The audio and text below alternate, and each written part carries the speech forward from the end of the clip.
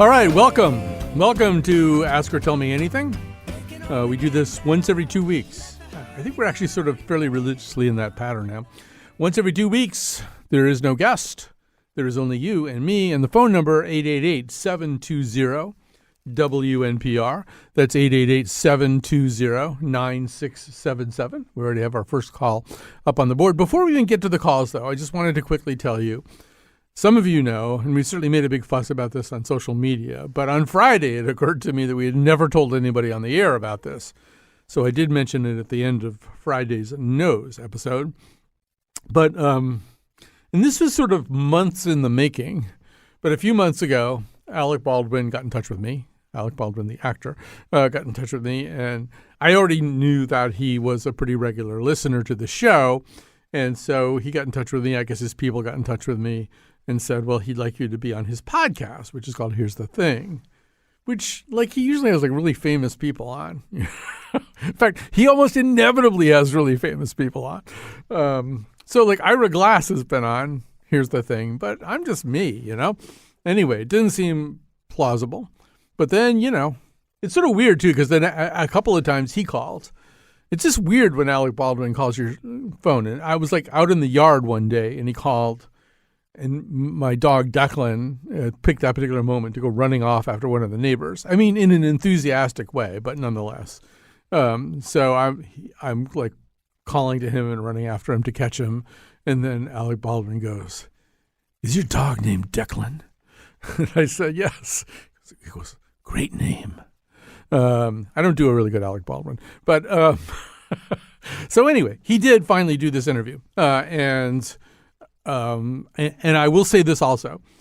People who do what I do for a living should periodically be interviewed, because then you come to realize, I mean, it's always kind of in the back of my mind that I'm trying to control things when I'm interviewing somebody. I mean, you want the person you're interviewing to say all kinds of interesting things. Otherwise, what would be the point? But there is still kind of a control apparatus there, right? You can't help yourself. And so, you know, when somebody else interviews you, they are implicitly much more in control than I was. And I found I didn't enjoy surrendering the control. And then afterwards I thought, oh, these weren't the things that I needed to say. And I got over it, but it took a while. And I'm also very self-conscious about my show, and I don't listen to this show very often. There are a few episodes that I can listen to, but I don't listen to it as a matter of course. And one night my son and I were at a Japanese restaurant, and we walked out and got in, I think, his car, and he turned the engine over, and the 9:00 rerun of the show came on. And without missing a beat, he just said, "Turn it off, right?" And I said, "Yes." And I thought, it's good to have a son who knows you. So I haven't actually heard this episode yet, but we did want to play you a little tiny clip of it, you know. But so once again, to remind you, the podcast is called Here's the Thing, and look for the podcast that's not with Asif Manvi. And that'll be me. All right. So here's Alec Baldwin asking some guy some question. Of all the paths Colin McEnroe could have taken, I wondered how he found his way to public radio. Radio was never the plan. The plan was to be a writer. And what happened actually was in 1992, I was a newspaper columnist. And that was right around the time that Limbaugh and Hannity and all those people, they had taken over what was the vast wasteland of AM radio and turned it into a different kind of wasteland with the kind of show that they were doing. But they took the AM band, which was almost useless at that point, and they revived it. And I was interested in that, and I was offered an opportunity as a newspaper columnist to guest host on 2 different radio stations. And to my dismay, they both offered me jobs on the spot when I got off the air. I mean, I thought this was like a horrible industry full of bullies and morons. So it was disappointing to discover that I was a natural at it. Right. You fit right in. Yeah. So anyway, if you're interested in, like, you don't get enough of me already, but if you're interested in more, and also what, you know, revelations Alec Baldwin is able to pry out of me, it's called Here's the Thing. Yeah, check it. And check out the podcast on any podcast app. All right. Enough of that. Our number today is 888-720-WNPR. Technically, it's our number every day. 888-720-9677. You may call up about anything. You may call up about very obscure things. You may call up with hot takes about the big story of the moment. We're not fussy. 888-720-WNPR. And here we go with our first call of the day. It's Eric from Cheshire. Hi, Eric. Hello? Hi. This is Eric. Okay. Colin, am I on? Yes, you're absolutely on, and you're also definitely Eric. Yes. Happy Halloween, by the way. Happy Halloween indeed. Thank you. And that's the reason why I'm calling. I'm calling to let you know that Halloween is my favorite holiday and to explain the reason why. I think that Halloween is the most fun and actually the most educational holiday that we celebrate. And, for example, the Halloween toys and decorative items sold in stores create many opportunities for creative ideas involving the introducing children to science. For example, the plastic human skeletons, as well as those of some of the other animals, are actually quite accurate anatomically. And also, there are many electric and electronic toys and gadgets, particularly robotic toys, that could be disassembled and to explore their inner parts, like their motors, gears, and the other parts, and how those parts work when the toy switches are turned on. Add to that the history of diseases like tuberculosis and the witch trials, and the role of modern day witches, or the effort by modern day witches to fight for social justice. I think that would alone, all those things combined, would be enough to create a Halloween studies course that could last at least one season. And particularly relevant today, I think, is the history of witches and of the witch trials, and its association with the denigration of women and blacks that we continue to see. And as an example, I have the Saturday's issue of the New York Post, which is a very right-wing paper, has a political cartoon of depicting Hillary Clinton as a witch, and so and of course the we continue to struggle with civil rights and women's rights, especially. Right. Okay, so Eric, this is really interesting. Although we're gonna have to wrap up here because other people will want to get out. I don't know if I buy any of this, though. I mean, to me, this is a holiday where kids go to your house and they try to get candy, and sometimes they dress up, in really interesting costumes. Sometimes they dress up in kind of boring costumes. I mean, I think if we instituted a new folk way, a new moray, like the kid comes to your house and he can't have any candy unless he can tell you something about Maxwell's theory of electromagnetic fields, and if they they should have to answer some questions about the stuff that you're talking about. And if they don't know the answer, they don't get any candy. That's what's wrong with Halloween. The kids don't have to do anything other than dress up as Snoopy or something. And it seems to me that we're I think now, Eric, because your ideas are very interesting, you kind of led me into a new concept of Halloween, which is it should be way more transactional. Forget about trick or treat. Answer some questions. Answer some basic questions about science and history, and then you can have a candy bar. All right, let's move on here to Dave in Lake Como, Ohio. Ohio's beautiful reproduction of the Lake Como region in Italy. Hi, Dave. Colin, thanks for taking my call. You won't find that on the map anywhere. It's No, you got to know. You got to know. We keep it. Yeah. Before I get to my topic very quickly, I listened to the Baldwin podcast and last week, and beautiful. It was not only did you come off great, but he seemed to have really prepared for that. And what I did not notice until today when you played that clip was that he was really in his Glengarry Glen Ross voice. It was like disconcerting. My comment is just, these days when we have the cable news networks on, I really feel like throwing my beer bottle into the television the closer we get to this election. It just seems like it, never mind Fox, because we know what they're about at all times, but MSNBC, CNN, it just seems awfully apparent that they are hell-bent to keep the election as close as possible. And what I just don't know is, are they unaware or do they not care how much this can actually move the needle? Yeah, I don't know if it can move the needle. And I don't think they necessarily are capable of keeping the election close. They can put out information and people do what they want. I don't know. Here's what I would say. This isn't really entirely responsive to your point, but one thing that I've really been enjoying and will recommend to people right now is the Ezra Klein Show, which I think is a New York Times podcast. But anyway, it's on any podcast now.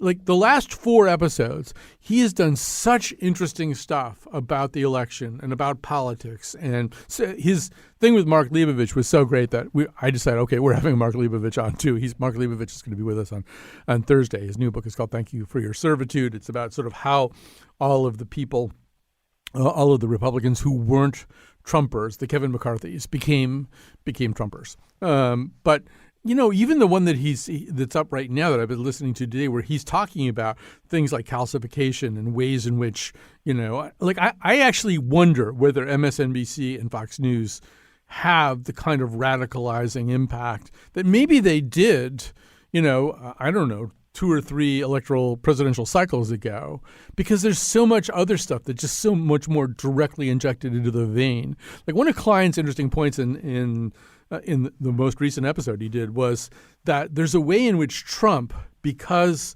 he figured out a kind of rhetoric, or without even figuring out, he instinctively stumbled on a kind of rhetoric that would be algorithmically lifted, as Ezra says, and become more potent in the world of social media.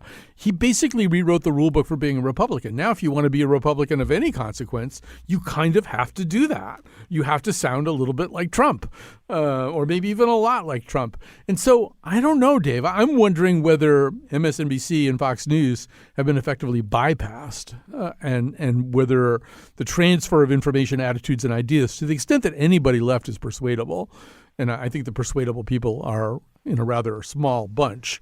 I just wonder if they're persuaded in other ways. Yeah, go ahead. Oh, sorry. I think that it's easy for, when we think about this to sort of conflate undecideds with independents. I think there are a lot more independents than there are undecideds, but they don't seem to be polled as much as the Republicans and the Democrats are. I should have lumped pollsters in with my initial comment. I think it's good for business for them too to keep it as close as possible to the very end. But where I'm seeing, last thing here, is what I'm seeing on MSNBC is not radicalizing the left. I mean, they're doing all they humanly can to make things look so grim for the Democrats these last few weeks. So that's what kind of got the hair standing up in the back of my neck. Thanks. Yeah. Well, thanks for your call. And I mean, in terms of, I don't know if I agree about polls. I mean, one nice thing about polls is ultimately, I think this is still true. Ultimately, the determining factor of a poll's value is its accuracy. And the only way that you know its accuracy, and its accuracy over time, is how often it gets things right. That's why I find 538's pollster rating matrix that they do really, really helpful and useful, because that's the, I want to go back to another thing that Dave said too, which is that Pew has done a lot of research on independence. And I think this might have come up in one of the shows that we've done this year. And one of the things they found is there are a lot of people who are unaffiliated voters, but they have a lean. In fact, I think Pew found that most so-called independent or unaffiliated voters have a lean, and they pretty predictably and consistently vote for one party or the other. That, they may not be affiliated, but their behavior is perhaps, more predictable and less persuadable than any of us might like to think. Now, having said that, there absolutely are, in this climate of huge dissatisfaction, there actually are people who are maybe registered Republicans who just don't like the way things are right now and would vote for the Democrats if the Democrats could make a plausible case to them, and vice versa as well. I don't know. It's a weird election. I can tell you that much. And I can tell you also, as somebody who's reported a lot on politics over the years, I covered my first legislative session in 1979. I'm finding this one very, very hard to understand. In Connecticut, I think I pretty well understand it, but I don't. Although right now in the 5th District, I have no idea who will win that election. And usually by now I would have some idea. I think it's a strange election because of some of the valences that are out there and the ways in which the polls aren't maybe as reliable as they have been in the past. And I don't know, it's a hard one to figure out. On the last, I'll say one last thing, and then we'll go to Lola and then to Arnold. One thing that we've tried to do, and I don't think we've made a big deal about it or anything, but maybe we should have, is we decided on the Colin McEnroe show that we should do something in this political season. And we, Lucy, God bless her, is the one who's interviewing all the candidates, which I don't really want to do very much. But we wanted to do some shows, and we've done shows about centrism. We've done shows about why things that poll very well as policies are not politically popular or often don't become policies, even though 65% of the American public wants them. We've sort of tried to do that kind of show. And I hope that you've noticed that and enjoyed that, and that sort of we're going to veer away from politics pretty soon, but we sort of plunge back in and try to do a specific kind of show that people I think would enjoy and would be a little less like everything else. Although I have to once again say Ezra Klein is doing the same thing and maybe doing it a little bit better right now because he's a little bit smarter than I am. Anyway, here's Lola in Ellington. Hi, Lola. It's Lois, but that's okay. Oh, I'm sorry. Yes, that's all right. Bad reading. It's interesting that you should be talking about this conversation. I'm calling because I'm a registrar of voters, and I wanted to give some hints for the Connecticut voters out there about what the next week looks like. Mm-hmm.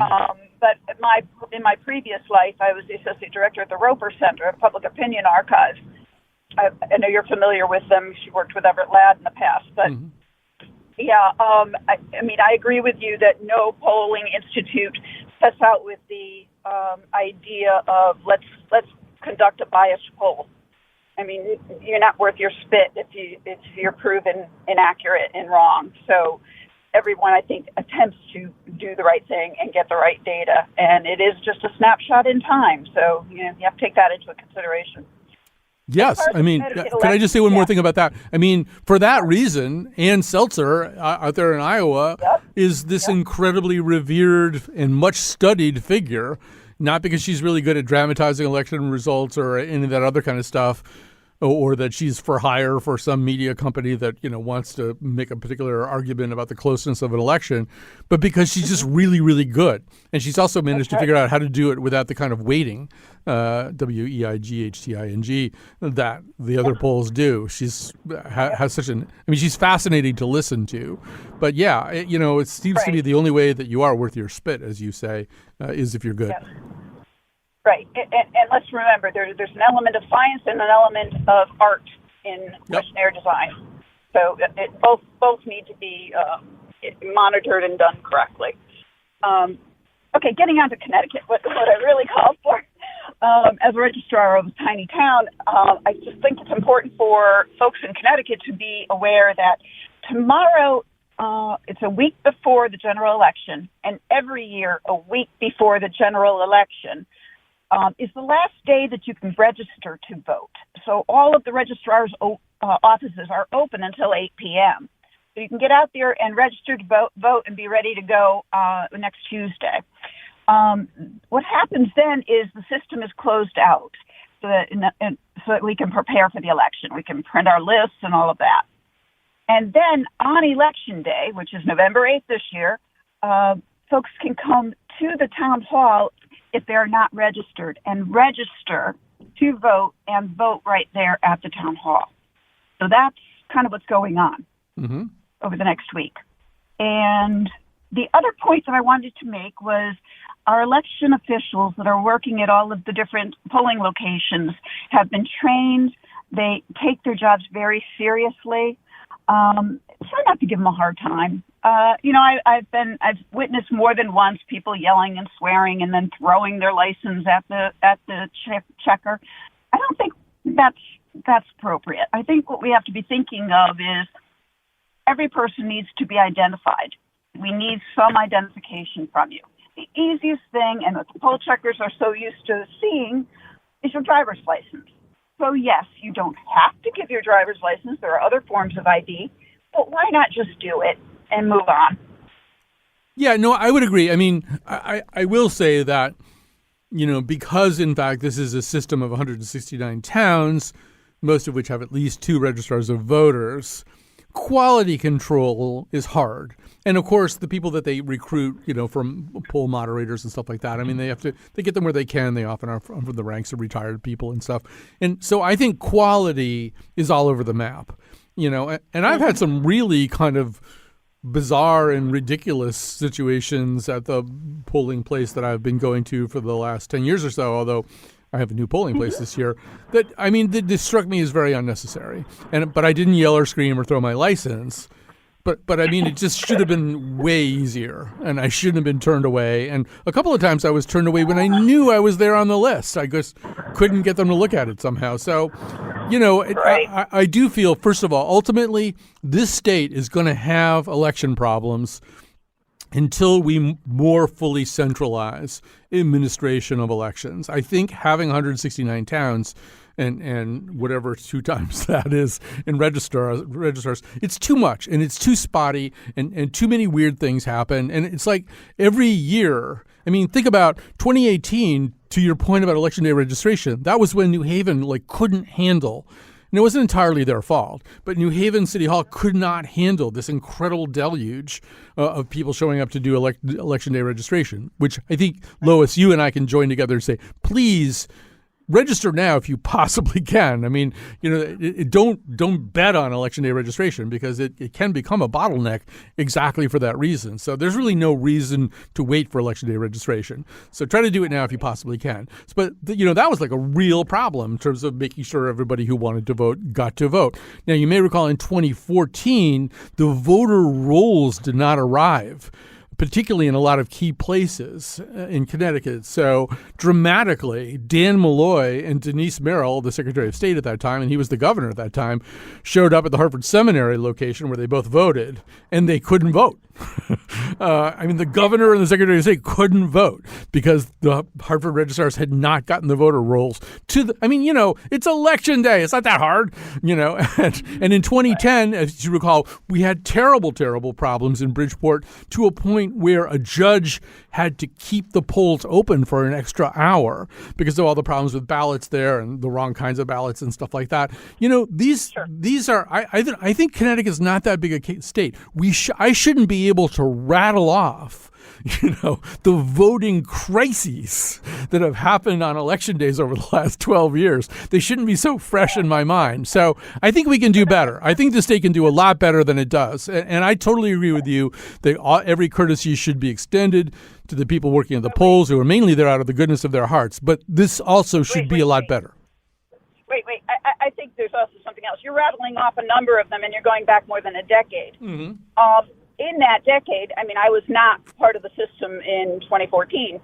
I believe I started in the fall of 18. But what's really happened in the period that you're talking about is registrars have been certified, and we have gone through a major training. And it's a training in every level and includes the laws specifically, so we can tell you which statute it is that requires this or that. And to speak to your point about being turned away, you're right. No one should ever be turned away.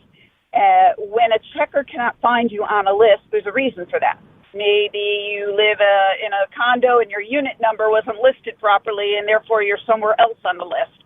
Right away, they should refer you to the assistant registrars who are running the show there, and they will identify you. If for any reason they do not, you can still vote for federal office. There's a particular process in place for that. You get a provisional ballot, right? Exactly. Right. Hey, Lois, I have to break here. I don't mean to cut you off, but I'm way over the post here where I have to go to a break. Anyway, let's hope we have a very peaceable, calm, and orderly election day in the state of Connecticut, and we will be back. Speaking of the devil, well, here I am. May I come in?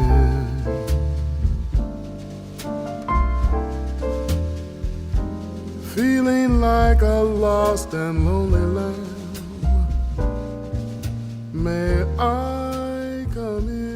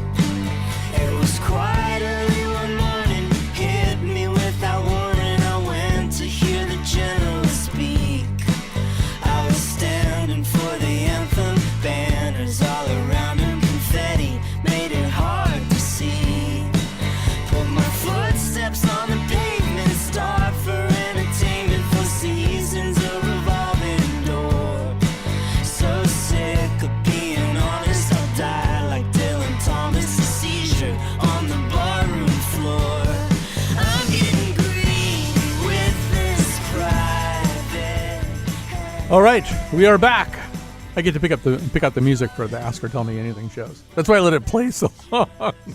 All right, so our number is 888-720-WNPR. Wayne, I'm sorry you hung up. I'd talk to you about that topic. Call back, 888-720-9677. That's 888-720-WNPR. Here we go with Arnold. Here's Arnold in New Haven. Hi, you're on the air. Or you're not on the air. There you are. Hello? Hi. Am I on now? You are certainly on now, and you are Okay, definitely great, also Arnold. Yeah, thing about political debates. Normally, I can't stand them for all the reasons that you can probably imagine. But I recently realized that I knew nothing about the two candidates for probate judge in New Haven. I'd seen a lot of lawn signs, but I didn't really know anything about the candidates. So I discovered that they had held a debate on WNHH. Paul Bass moderated. And I figured, well, let's find out something. Let's watch the debate. And this is a pretty obscure office. It's important. It can have an effect on people's lives, but it doesn't get a lot of attention. And the debate was so much better than when you see people running for higher offices, you know, God, president or anything else, conducting a debate. They were clearly, both candidates were engaged with the issues, the specific issues that come before the probate court. They'd been involved in them for a long time. They came across as intelligent, well-intentioned. They were courteous to each other and respectful to each other and to the moderator. No snarky one-liners, no talking over each other, no interrupting. The only thing they didn't really help me with was I still came away not knowing which of them to really vote for, but I came away thinking, gee, you know, here's two people, and I think I'd be okay with either one of them in this office. And I wish more elections were like that. So my question is, in your experience, which is much greater than mine, dealing with political events in Connecticut, is it your experience that the sort of a-hole quotient goes up as people run for higher offices? Or is this just a fluke of, these particular individuals? Or, what would you have to say about this? First of all, I love the idea of an a-hole quotient. And I think we should somehow or other trademark that and use it as a regular thing. Yeah, I mean... Just give me a footnote. Right. No, definitely. This will be... So... I think a lot of it, I don't want this to sound like a Valentine to Paul Bass, but I think a lot of it starts there, right? You have somebody like Paul who really knows the issues and knows the community, and who is going to ask good questions and set a certain kind of tone. Now, I didn't see this debate. I try never to miss a probate judge debate if I can possibly get a chance to watch it. I didn't happen to see this one or listen to it, but I just know without even having to that Paul will be the starting place for the phenomenon that you're describing. Now, in terms of the a-hole quotient and whether it goes up, well, it kind of goes back to what I was saying to Dave from Lake Como before, in the sense that I think that's especially true these days because so many things, in order to move any needle at all, have to register on social media. And so how do you do that? Well, I mean, Trump said, well, one way you do it is by having an a-hole quotient of 10 or 13, if in the case of Spinal Tap. Or no, I guess they were 11. They were 11. Anyway, you just go as high as you can. But I don't think that's naturally the way things are. But I do agree with you that I have a hunger for those rare occasions where you'll see a debate where one candidate says, look, I've been running against Ben over here, for 5 months now. And I can tell you that even though I think I'd be way better, that, you wouldn't get hurt having him as your U.S. senator or whatever. That just didn't really happen that often, even though I think some of it is they're overcoached and overhandled. They're kind of told to go to the most aggressive and combative and abrasive stance that they possibly can. So I don't know. I guess maybe there's more on the line, so you have more cooks in the kitchen, and maybe it winds up being that way. Can I say something about how, you referred to how Paul Bass handled it, and I think, I think you're correct. And when I watched the debate, one thing that struck me is that he wasn't coming across as like a traffic cop, enforcing a strict 3-minute limit on what people said. He never said, for example, the way they do on national debates, you've got 3 minutes, then you've got a minute and a half for rebuttal, and it's very structured. This whole thing was much less structured. I think he was trying to give the candidates equal time, but he wasn't enforcing these sort of arbitrary limits as to, okay, you've had your 2 minutes or 3 minutes, whatever, you're done. And the thing is, you need rules. The less people trust each other, the more rules you need. Right. And I do want to say one more thing, which is there was a certain level of trust here that he was going to be a fair, he was going to do a decent job, and the two candidates had the same attitude. Anyway, I'll stop there. No, the one thing I will say, now that I've started thinking about this a little bit, is, and this, Paul, would be the antidote to that, what I'm about to describe, is, really you watch a lot of these network-hosted debates, and this goes back even to 88, when, Bernie Shaw asked his famous question of Michael Dukakis, what if your wife Kitty were raped and murdered? How would you think about this? That's a really terrible question, and it's a gotcha kind of question. He shouldn't have asked the question. But I think increasingly you see in debating contexts either the questioning panelists or the moderator, if there's just one moderator, they will often ask these kind of inflammatory gotcha kind of questions that almost sound like attack points by one campaign against another. And I don't see the necessity of that. And I think at the beginning of the process, it would be good if everybody agreed, what's the purpose of this debate? Why are we doing this debate? And they kind of start there and then see where that leads you. All right, we're going to go to Sherry in Columbia, who I think is going to upset Lois. All right, and then we'll go to Wayne from Newington. Wayne will not get cut off this time. So Sherry, you have the floor. Thank you. I live in a very small town, obviously, and usually there's at least one poll worker who knows me, and I've lived here for 40-some years. And I had an elderly friend who had a stroke, and she insisted that she wanted a license to present to the, to the voting people to check that she was her. And everybody knew her because she talked to everybody. And at the time, the DMV in Willimantic was closed, and we had to go all the way to Norwich to get her ID. And And it was ridiculous. I'm willing to swear that I'm me, and I don't think anybody's going to pretend that they're me. So I always say, no, I won't present my license, and I swear that I'm me, and I vote. But people don't know that they can do that. And, I don't think it's necessary to present ID. Well, typically they also will accept things like a piece of mail, a couple of pieces of mail sent I know, but to you at why that should address I? and stuff like that. Why should I even swear? Why should I even prove that I'm me? Right. I mean, usually there's at least one poll worker who knows me, and I've been here for 40 years. It's a form of voter suppression to, have people present ID. Right. You can swear that you're you, and people don't know that they can swear that they're you in Connecticut. Right. And sometimes the poll workers don't seem fully briefed about all this. Let me just say this. There's sort of a middle ground, That's why I mentioned bring a couple of pieces of mail. Because, we think of voter ID laws when we hear about them in Alabama or something as ways of suppressing the vote, which is often what they are. So we don't want to have a voter ID law here in Connecticut. Now, our voter ID law in Connecticut and the regs that go with it are very muddily written. You kind of have to present an ID, and you also kind of don't have to.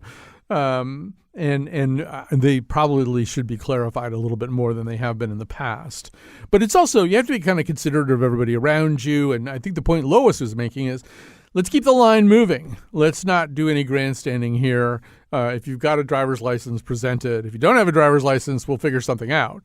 But at least on one occasion, maybe twice, I think on one occasion, just to test the law, I brought mail instead, just to see what would happen. It was fine. But I think you have to sort of think about, well, what's the greatest good? The greatest good, I think, is the line moves fast. Everybody gets to vote. If you don't have a driver's license, they'll accept something else. But I don't know. Insisting on the right to swear to one's own identity seems to me to be kind of an unnecessary way of being a stick in the mud or something. Stick in the mud is the wrong thing, but I'm exhausted. I can't think of any more cliches. Here's Wayne from Newington. Hi, Wayne. Oh, sorry. You know what? I'm like snake bit with Wayne. No matter what I do, I just can't get Wayne on the air. There he is. Hi, Wayne. Yeah. You're on the air. I'm on. Okay. So, Colin, I just wanted to ask you one more time.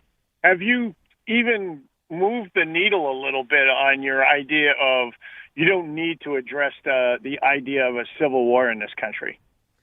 I think obviously some things are happening here. I think when I think about a civil war, I think the greater likelihood is that we're going to look at secessionist movements, that we're going to see even more secessionist movements than we already have, that's going to be one kind of vector. And I suppose, given our previous 19th century experience with secessionist movements, we see how that can lead to civil war. And then there's another thing that's going on, and the latest manifestation of it would be Paul Pelosi. There's something going on where violence has entered the political sphere, dating at least back to January 6th, if not further, in a way that I think, it's on the verge of being normalized. There's almost this kind of sense, well, that's like what people do, right? They show up occasionally and try to kill politicians, or kidnap them or whatever. But you sort of look at that and the Whitmer thing and Pelosi and the Scalise shooting and stuff like that, and you just think there is something going on in this country that's not a civil war, but it's also not civil, and it's violent and it's scary. And I don't know where that leads exactly, but I think we would be maybe more likely in a very dark scenario to have secessions and partitions and stuff like that than we would be to actually fight a civil war, if that's what you're talking about. So how's that? The thing you're talking about is the tentacles of like something that's more centralized. Okay, right now, I believe that it's very disorganized as far as there's a lot of people out there who say the only way we're going to ever get our voice heard again is to do the violence. We're going to do this. We're going to do that. I'm really getting to the sense of more and more and more, someone or some entity or something wants to organize this violence into, quote unquote, the Civil War. They want, one faction wants to go against the other so that another entity can rise to power.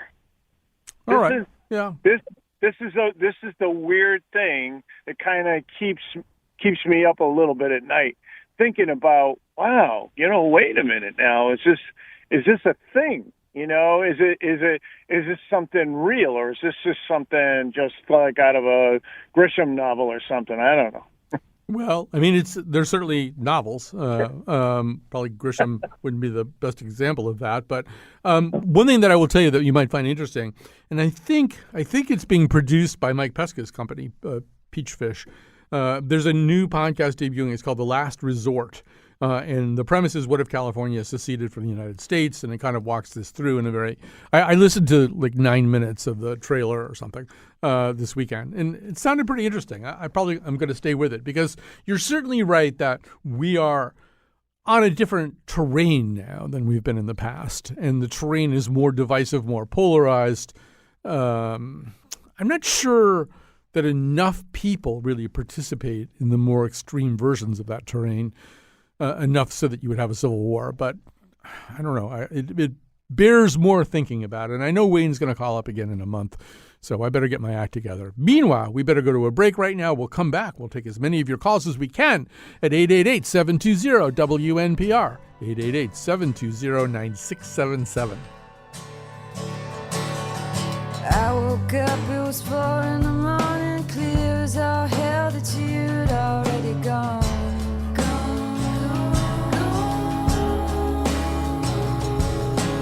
It's said, dear, I hate to disappear, but the days are short and the nights are getting long.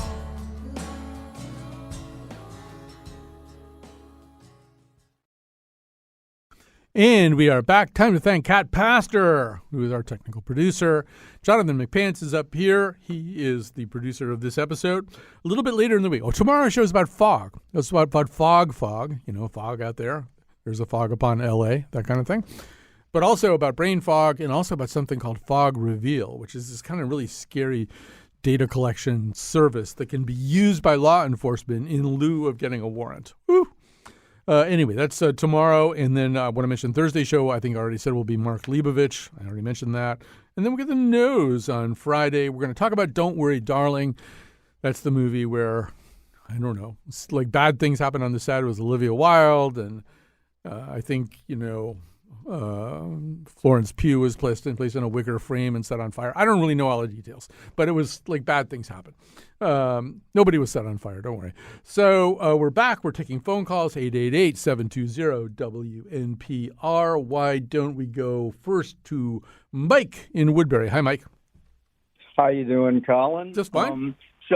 So my question is, when is this country going to enter the 21st century, even the 20th century, and have Election Day be on a weekend, like virtually every other country in the world? I mean, yesterday, Venezuela got rid of Bolsonaro, thank God, on a Sunday. Right. I mean, I think it would hugely increase. It probably would have been more important for Brazil to get rid of Bolsonaro, but yeah. Venezuela, Brazil, whatever. Brazil, whatever. And so the reason it's on a Tuesday is, I Googled it, and the answer stems from the agrarian makeup of 19th century America. In the 1800s, most citizens worked as farmers and lived far from their polling place. Since people often traveled at least a day to vote, lawmakers needed to allow a 2-day window for Election Day. Weekends were impractical since most people spent Sundays in church, and Wednesday was market day for farmers. I mean, come on. I mean, it's like none of those things exist anymore. So why don't we have it on weekends? Have you been to Winstead lately? I mean, actually, your home of John Dankosky. For example, Winstead horses are allowed to vote because of that. Because they've had to carry some voter all the way to the voting place, and so they say the horse should be allowed to vote too. That's a blue law I would take off the books. I know what you're saying. I think the solution actually is just to have more election days, not one election day on a different day. But I mean, I think there should be, maybe vote from Wednesday to Saturday or Wednesday to through Sunday or something. That was before then. States were allowed to hold elections anytime they pleased within a 34-day period before the first week Wednesday in December. That was the law originally, and then they changed it to Tuesdays in the first Tuesday in November. So, all right, well. No, it's not election day yet. This is Wednesday anyway. There's a horse outside the studio right now. All right. So, no, I agree. I mean, there should be more chances to vote. And that's, obviously there will be an early voting question on the ballot in this election on November 8th here in Connecticut. Make sure that you take note of the fact that question is there and vote for an answer. I think we all know what the answer ought to be. I think early voting... And, there are a lot of states where they just have a much longer stretch of time where you vote. I mean, there's sort of early voting, but there's also I think some states where maybe it is 5 days, lots of voting or something. But certainly, all the things that I rattled off when talking to Lois earlier are an indication, like what happened in New Haven in 2018 would not happen if we didn't have just one election day. At least I think it wouldn't. So I'm in full agreement with you that we should do something with this. But I think having one election day is kind of a mistake. All right, so I don't know if I have time for. Do I? What should I'll take? I may not be able to respond meaningfully to. He hung up anyway. So I think maybe what I'll do is I'll stop there because we're a little bit low on time, and I'll just quickly say a few things to you. First of all, just a quick reminder that we have been trying to do a little bit more election coverage this year because it's such an interesting cycle. And we will continue to do it. We're going to do, I don't think we know yet what we're doing on Monday yet, but on Tuesday, on the Tuesday election, November 8th, what we're going to do is something we do every cycle. We have what we call citizen observers. These are people we have asked to go and vote before 1 o'clock and then tell us what the experience is like. You don't have to tell us who you voted for or anything like that. Just tell us how you felt, what it was like. We often ask people with artistic inclinations. Oh, yeah, and there was a caller that we had a time or two ago, maybe a couple of times, named Iman. So, and we really liked her. We thought she would be a good citizen observer. So, Iman, if you're listening right now, you should email Lily Tyson at Tyson, LTYSON, at ctpublic.org, because we would like to recruit you as a citizen observer. And I suppose now that I've blurted out the email address, anybody else who wants to can do that too, because we actually could use a few. We've got some terrific people. Barry Blitt, the cartoonist, is going to. He's done it before, but he's guy who does all those New Yorker covers and stuff. He's going to tell us about his voting experience, and the wonderful sculptor Susan Clenard and troubadour Lara Herskovich and all kinds of people. So that's all coming. But thanks for listening today.